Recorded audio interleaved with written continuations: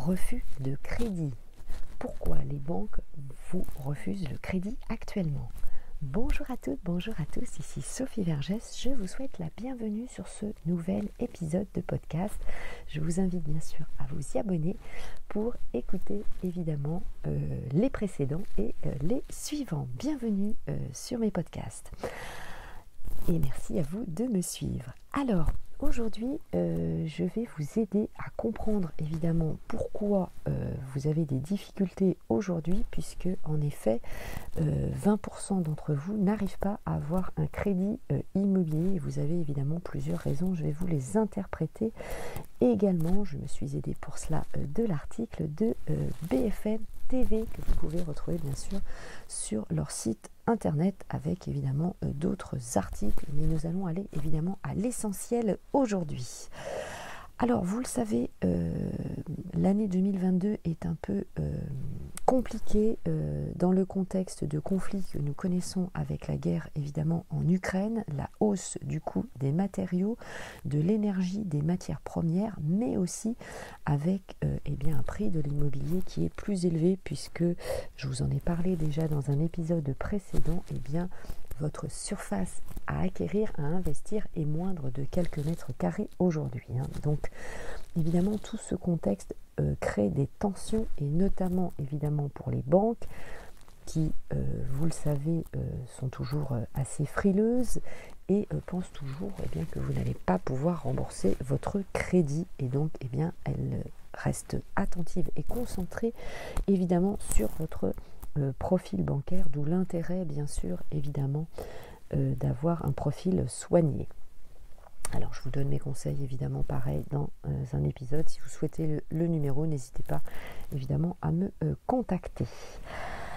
Alors donc il faut évidemment soigner votre dossier de prêt. Alors comme l'apport personnel aujourd'hui par les banques vous est réclamé est beaucoup plus important, puisqu'il faut compter à peu près plus de 50 000 € d'apport personnel en moyenne en France, contre 29 000 € l'année dernière. Donc vous voyez que c'est une progression assez inflationniste du coup, pour le coup, assez spectaculaire, et donc évidemment certains projets, vous ne pouvez pas les amener à bien. Donc, je vous parle de justement votre apport personnel dans l'épisode 28 S2, c'est E28, S2 E28, si vous souhaitez réécouter sur ce sujet. Donc, l'apport personnel correspond justement à un montant entre 18 et 20% du coût total de votre projet, apport et crédit immobilier inclus.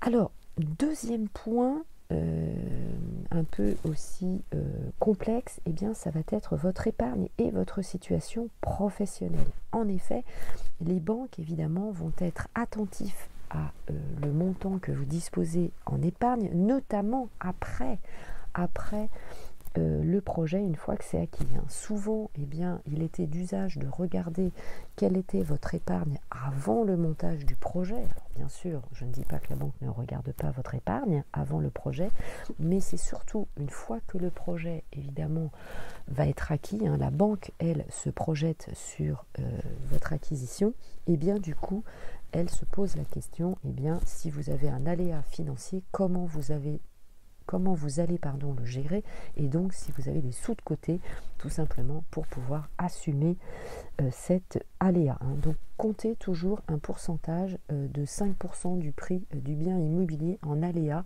Alors la banque comptait pareil à une période 18 mois de loyer d'avance en épargne pour justement absorber le choc de cet aléa.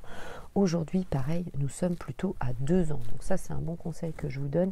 Et je sais que ce n'est pas toujours évident à avoir 2 ans de loyer d'avance pour vous à épargner. Mais ça reste évidemment prudentiel et en gestion de bon père de famille, comme on dit, c'est un peu aussi le bon sens paysan. Vous connaissez maintenant les expressions que j'utilise régulièrement pour vous dans mon souci de bienveillance. Je sais évidemment que ce n'est pas ce que vous entendez sur Internet, sur les réseaux sociaux. À ce sujet, on vous dit souvent que vous pouvez investir à 0 €, mais dans la réalité, évidemment, ce n'est pas ce que je vous recommande. Alors, je continue. Alors, va compter aussi, évidemment, votre situation professionnelle, notamment l'ancienneté, là où vous êtes salarié, ou de votre situation professionnelle, par exemple, si vous êtes chef d'entreprise, donc quelle est votre antériorité, évidemment, et votre situation financière. Est-ce qu'elle va évoluer, hein, est-ce que vous allez gagner plus dans les années à venir ou pas. Donc, c'est vrai que cette somme d'épargne, comme je vous le disais, c'est ce qu'il faut retenir, varie d'une banque à l'autre et va dépendre, évidemment, de votre situation. Alors certaines banques vont aller jusqu'à 4 à 6 mensualités de prêt. Donc ça par contre évidemment ça peut être raisonnable et moins que ce que je vous disais d'avoir peut-être 18 mois ou 2 ans de loyer d'avance. Alors troisième critère qui va compter également, eh bien, c'est que les banques vont être très attentives aussi à l'emplacement du bien et notamment l'éloignement par rapport à votre lieu de travail, surtout bien sûr si c'est l'acquisition de votre résidence principale, vous l'avez compris. C'est un investissement locatif, ça va être moindre, quoique la banque va regarder aussi et va vous poser la question, s'il y a un souci, un dégât des eaux ou un problème, eh bien, quel est l'artisan proche qui va pouvoir venir, évidemment que le bien ne se dégrade pas. Hein. Donc voilà. Investissez de prime abord, j'ai envie de vous dire, proche de chez vous, lorsque c'est possible, ou travaillez la méthode de l'escargot, hein, c'est-à-dire vous allez faire vos recherches au plus proche de chez vous, et ensuite eh bien, vous allez vous éloigner, hein, ça fait comme un peu une spirale. Pourquoi la banque va regarder l'éloignement si vous êtes en résidence principale par rapport à votre travail? Eh bien c'est tout simplement parce que très souvent vous êtes dans l'obligation d'acquérir une deuxième voiture. Le carburant, vous le savez, est très cher aujourd'hui et donc eh bien, il faut payer évidemment l'essence. Et donc si vous êtes à une distance supérieure de 50 km, eh bien, ça peut bloquer. Si vous souhaitez que nous échangions, eh bien, ce sera avec plaisir, vous le savez, via mes différents réseaux sociaux. Allez, je continue. Quatrième et dernier point, ça va être bien sûr, sans aucun doute, l'année de construction du bien et son état, surtout la vétusté d'un bien immobilier. Vous le savez, avec le problème de diagnostic de performance énergétique, eh bien c'est une tannée. Il y a beaucoup d'argent. Le budget de rénovation est vraiment pharaonique. Hein. Donc faites très attention, même si vous acquérez un studio que vous estimez pas cher, eh bien sachez que vous en avez pour énormément d'argent. C'est souvent un billet de 50 ou 60 000 euros, même pour des très petites surfaces.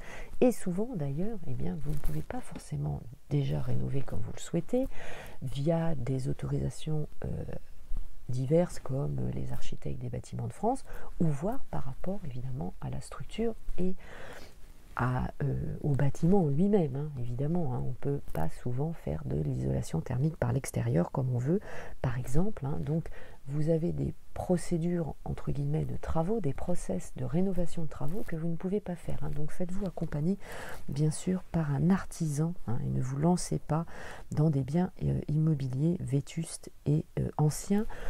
Alors, allez regarder les promoteurs immobiliers, notamment dans l'immobilier neuf. Vous pouvez acquérir ce qu'on appelle en queue de programme, c'est-à-dire tout à la fin, et là vous allez payer vraiment pas cher. Hein. Donc il y a d'autres opportunités ou des murs de commerce, bien sûr, je vous en parle évidemment régulièrement, et vous n'aurez pas de problème sur justement l'investissement de ce type de bien immobilier. C'est beaucoup mieux et moins galère pour rénover. Donc la banque va regarder évidemment le caractère ancien de votre futur investissement immobilier, puisque ça va créer évidemment une moins-value et peut conduire à un non-remboursement de prêt. Allez, je vous rappelle les 4 points pour résumer. Donc 1, soignez votre rapport personnel, calculez-le au mieux évidemment avec votre courtier en prêt immobilier ou votre banque qui saura vous dire exactement à l'euro près ce que vous devez mettre.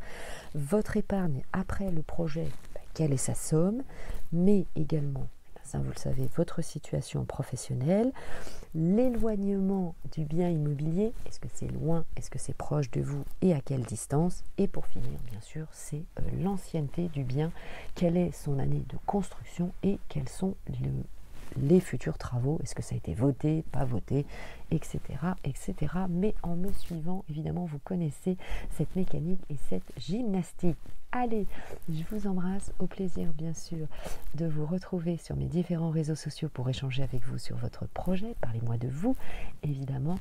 Et puis, je vous dis ciao, bye bye, à très bientôt. Pensez à vous abonner bien sûr pour écouter les épisodes suivants et les épisodes précédents. Je vous embrasse, portez-vous bien. Bon investissement à vous. Ciao, ciao, à tout de suite.